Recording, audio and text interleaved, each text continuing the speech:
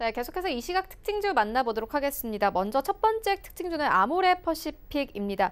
어제 2분기 실적을 장중에 발표를 했습니다. 어제도 하락세 나왔는데 오늘도 5% 넘게 빠지면서 13만 원대까지 내려왔습니다. 반정혜 소장님께서 어떻게 보십니까?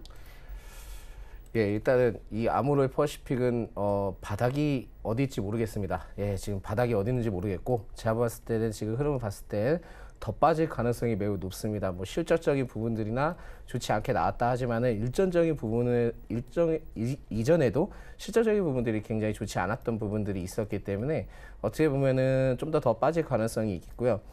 지금 막 했을 때 뭐 일전에 한 15만 원대 바닥이다라고 생각을 하셨던 분들이 굉장히 많으실 겁니다.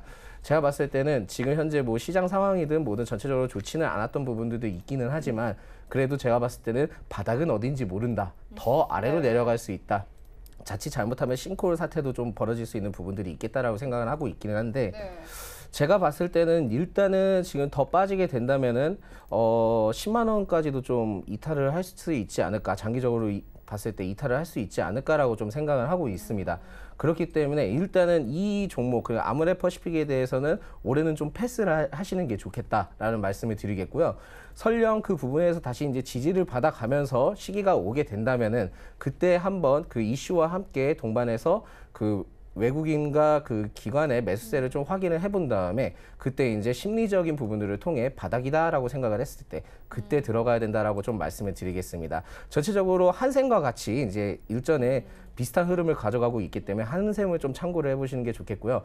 자칫 잘못하면은 지금 현재 매수를 했을 때 더 오래 걸릴 수 있는 부분들이 있으니까 올해는 좀 더 이러한 부분들을 그냥 지켜보시기만 하고 패스를 하시는 게 낫겠다라는 말씀을 드리겠습니다. 네, 알겠습니다. 이어서 다음 종목 만나보도록 하겠습니다. 다음 종목은 파미셀입니다. 일단 어제 좀 중요한 이슈가 있었습니다. 첨생법이 국회 법제사법위원회를 어제 통과를 했는데요. 이와 함께 파미셀이 힘을 받고 있습니다. 오늘 17% 넘게 상승을 했고 장중에는 10,000원을 넘어서기도 했습니다. 김재성 팀장님께서는 어떻게 보십니까? 네, 일단은 이제 아까도 이제 말씀을 드렸다시피 이제 최근에 이러한 이제 첨생법이 이제 통과된 거는 사실상 이제 코스닥의 이제 지수 전체적인 상승을 위해서 굉장히 이제 긍정적인 이제 흐름이라고 볼 수 있겠습니다. 이제 어제 첨생법이 이제 통과를 하면서 이제 뭐 파미셀이나 뭐 이제 엠젠 플러스, 이제 프로스테믹스, 메디포스트, 뭐 네이처셀 같은 이제 뭐 제약 바이오나 이제 줄기세포 관련주들이 이제 기술 개발이 필요한 이제 바이오들이 오늘 조금 이제 강세를 보이고 있는 상황입니다.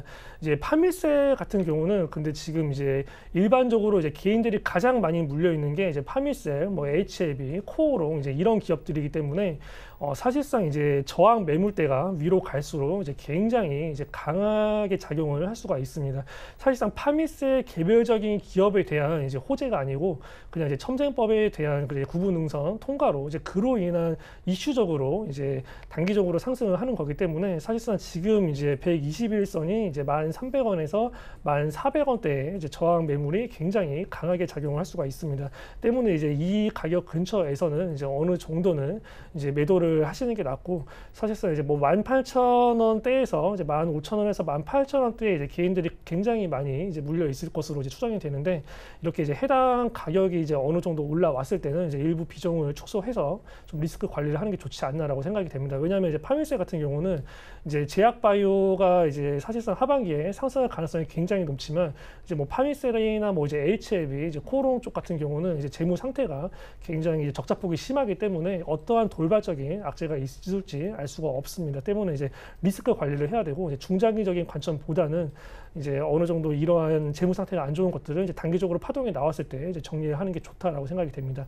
다만 이제 첨생법이 이제 통과되면서 전체적으로 제약 바이오 섹터에 대한 투심이 살아날 거기 때문에 이제 뭐 주가의 위치가 바닥에 있고 어느 정도 재무 상태가 좋고 기본적인 매출이 탄탄한 그런 제약 바이오 주들을 오히려 신규 공략하는 게 낫지 않나라는 생각이 듭니다. 그래서 이제 목표가 같은 경우는 파밀셀은 1,300원에서 이제 1,400원에 어느 정도 잡고 이제 해당 매물대에서는 이제 정리를 하시는 게 좋을 것 같습니다.